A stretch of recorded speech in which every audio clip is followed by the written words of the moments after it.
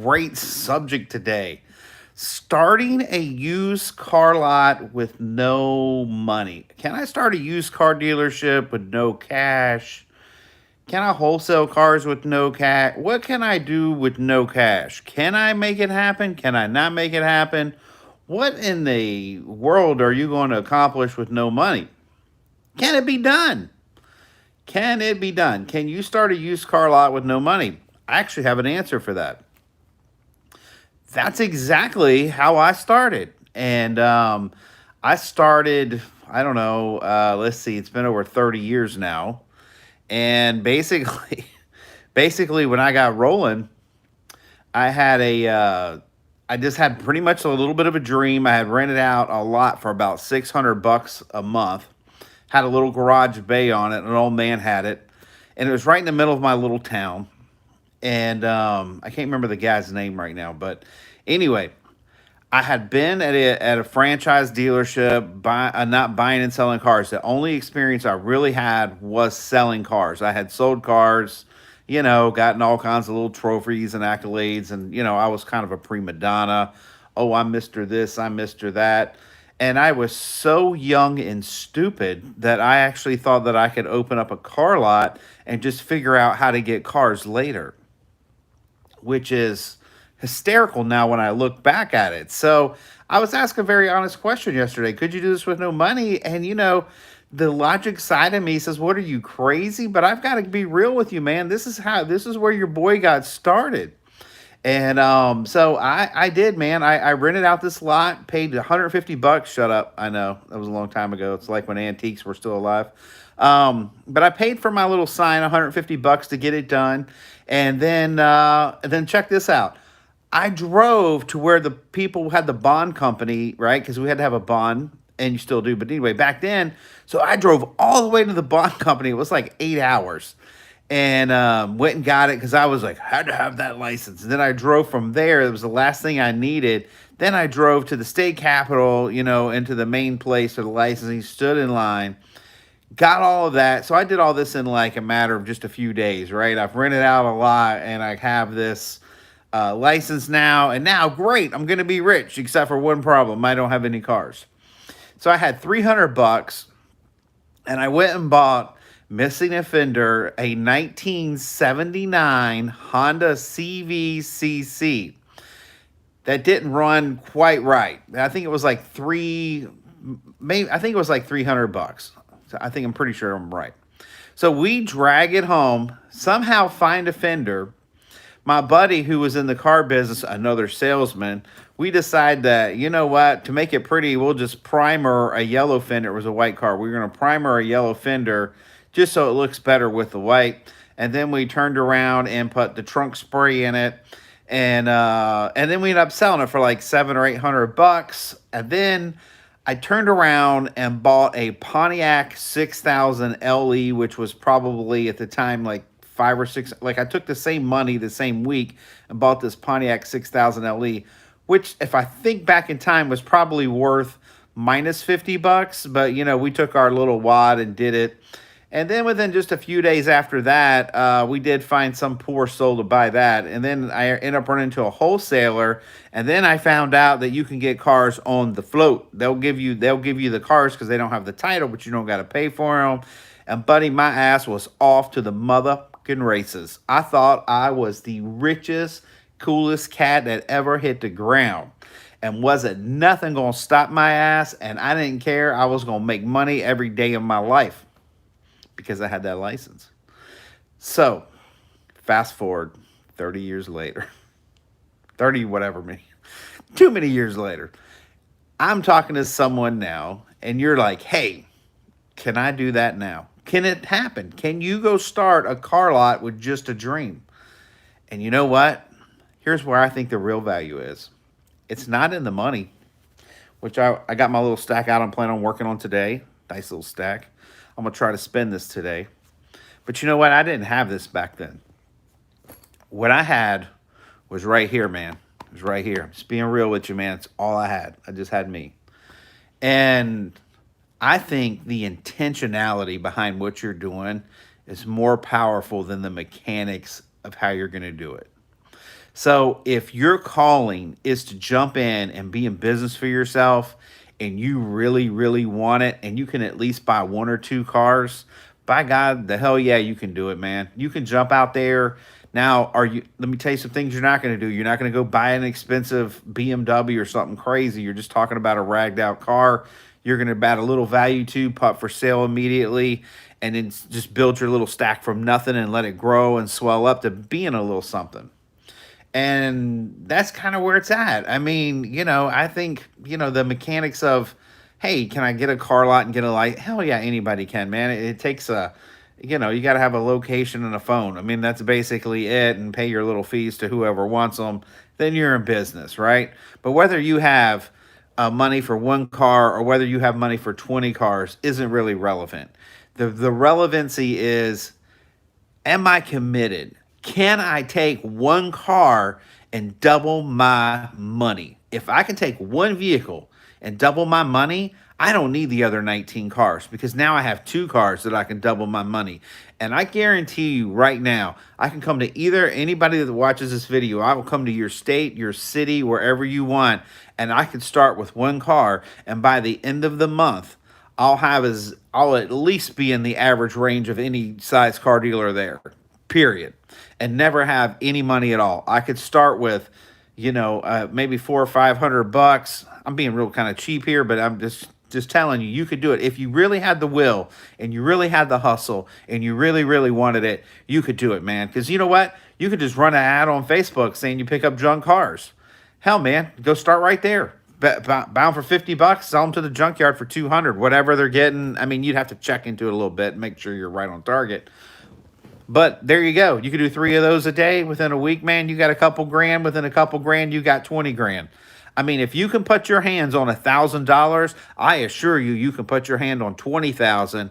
I mean, this right here, like I was just had it. This right here is working capital. That's it. I mean, my only job with this money today is to spend it. It has zero value to me. You know what the value is? It isn't this trashy ass money, although we all like to have a big old wad of it, right? Just to say whatever.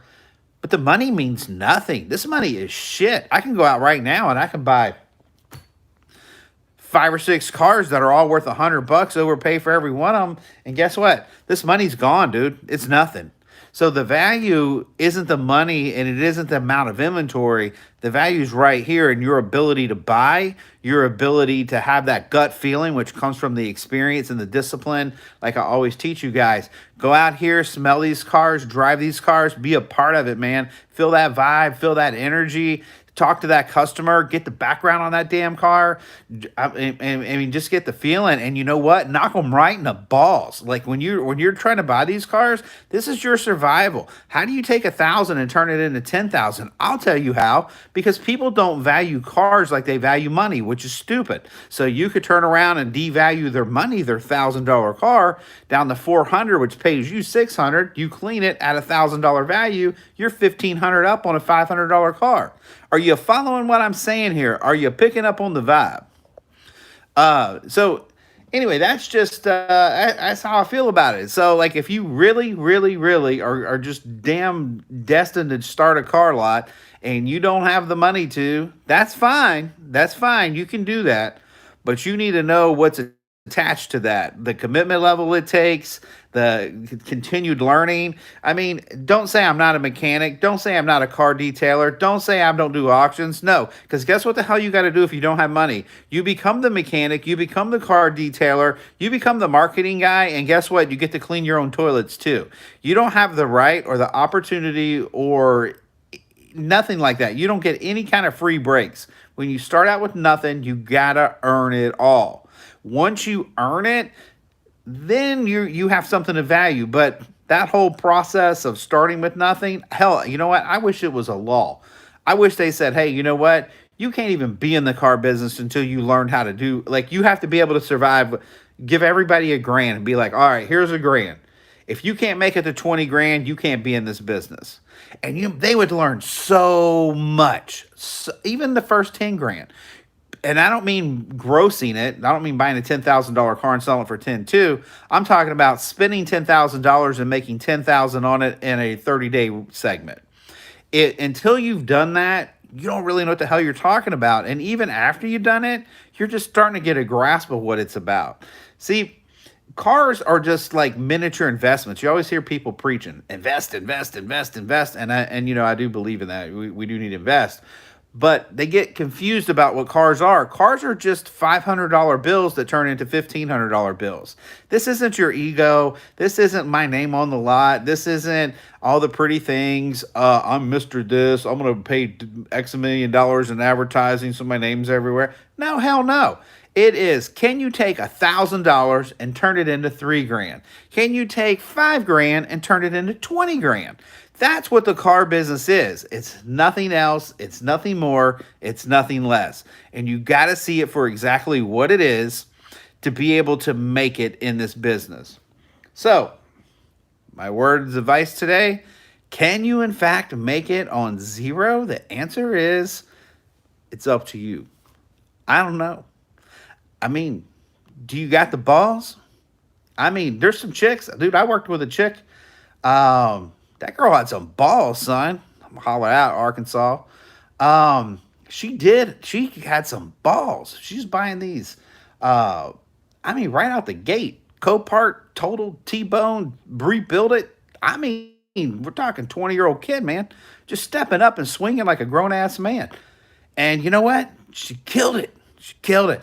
Anybody can do this. You just got to have the sack for it. See, the money's not going to change what you need. You can give a dumbass $100,000, and guess what? He'll be broke the next month.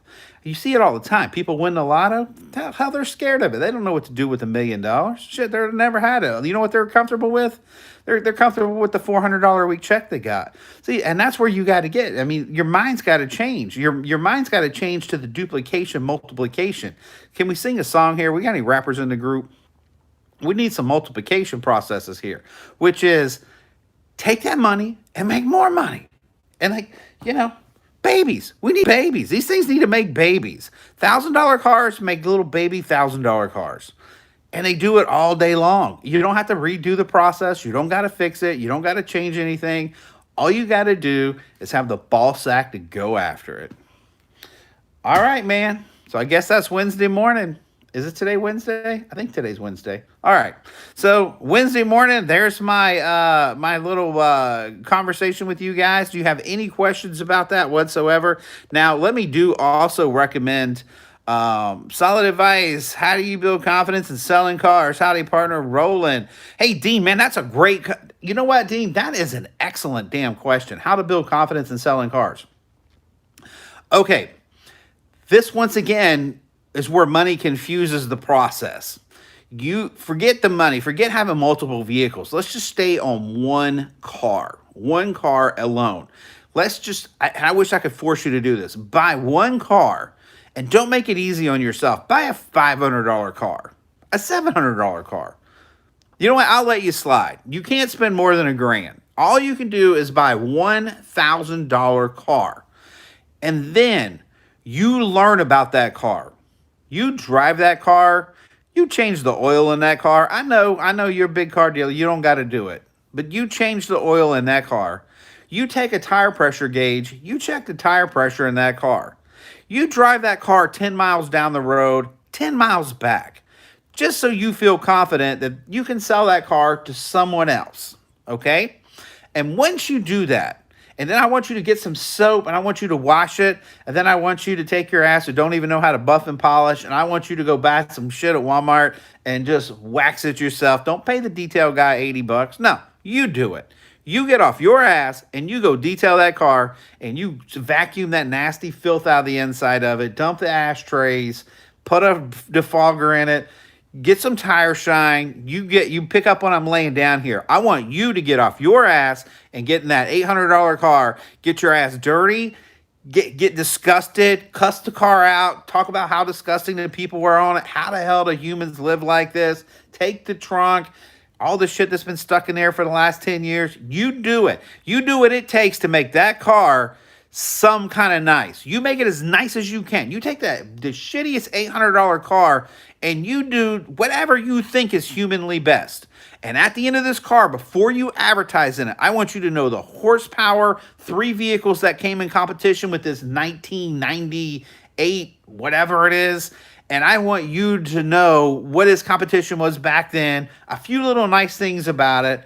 And then after that, I want you to get on Craigslist or Facebook or look at the auction report, and I want you to search a $2,000 car. And after you put that work in it, I want you to compare it to $2,000 vehicles across the board.